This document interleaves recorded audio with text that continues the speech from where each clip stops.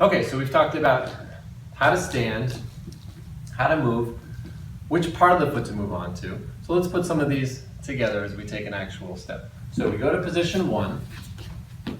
Okay. Now we've got my hips rotated. I took that muscle over to that wall. Got my nice hip rotation. And notice you can see if I do this from the front or the back, you can see my hip that's rotated back is ever so slightly higher. Okay. So this would be kind of neutral, flat hips. This is slightly higher.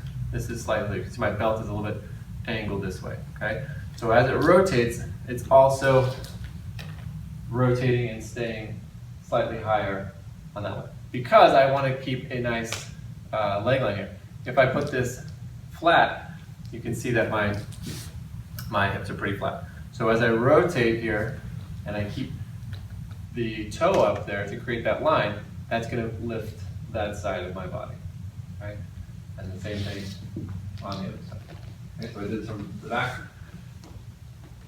As I rotate, you can see that I have this hip higher, slightly over the other side. Okay, so as I move, I take my step and then I rotate. So this rotation should not affect the foot you're standing on. We call this the standing leg. So it shouldn't affect the standing leg. My leg should not swivel. So the leg I'm standing on should not be swiveling if I'm just doing the walks. It'll swivel for the turns. We'll cover that later. Right? But if I'm walking straight forward, if my feet are turning, then we're getting too much hip rotation. Okay? So we only want the hips to rotate as much as the feet can allow for them to without adding extra rotation. Okay? So if your feet are at 10 and 2, they need to stay that way. They shouldn't rotate more as you rotate the hips. Okay? So I step, rotate the hips, not the feet. My feet are still turned out in those two positions. Okay?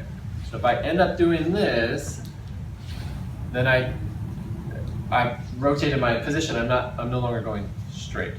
So you can kind of cheat and do, oh, I need my knee to go forward. But yeah, but now your whole body position is over there rather than being straight forward to where you need to be. Okay, so don't fool yourself in thinking that because you step and rotate your hips over there, that you're getting some great hip action. You're not, you're just facing a different direction. So that's not really hip action, that's you change direction. That's called turning. So you step forward, rotate the hips, but I'm still maintaining my position forward here. Rotate the hips, I'm still going forward. Okay? So a little exercise to be able to do this is you just stand on one leg and you just do the hips.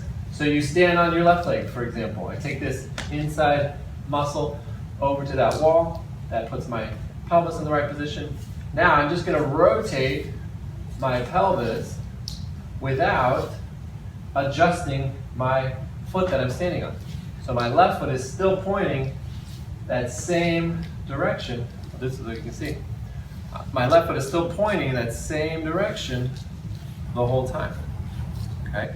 So you should be able to rotate back and forward without it affecting this foot and swiveling your foot. Okay? So make sure every time we step, we're rotating the hips, but not the feet. If we rotate the feet, that's the next thing. We rotate the feet, that's our turn. Okay? We'll cover that in just a few minutes. Okay, so we've got this step. So my foot is staying right there in place, rotating the hips. I should be able to rotate back. I should be able to go to the side or forward without this foot being affected in its position. Okay? That way I can do all the steps in the same direction, facing the same way without it adjusting my feet too much. Okay?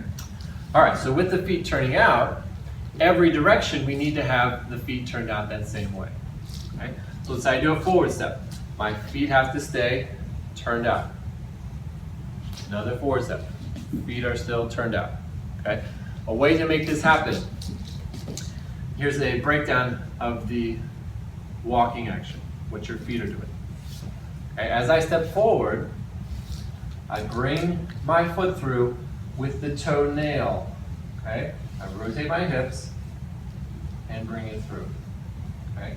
Now I push the leg, I straighten the leg out ahead of me, and I put the outside toe down first. Okay? So my toe, my big toe nail that I used to pull the foot through is now off the ground. My outside toe, my little toe, is actually touching the ground. Okay? Let me show it this way so you can see. Okay? So my big toe is off the ground. Now when I put the heel down, my toe is turned out. So I don't have to think about doing extra rotation or something. You can see it's kind of twisting my whole body to get my foot there. If I just just roll the little toes down as I put my heel down, that will allow for my toes to be in the right position already. Okay? So as I bring my leg through, I point it out, I put the outside toes down first. Now as I do ball flat, my toe is in that position already. It's like a magic trick. You don't have to do anything extra if you put the outside toes down first.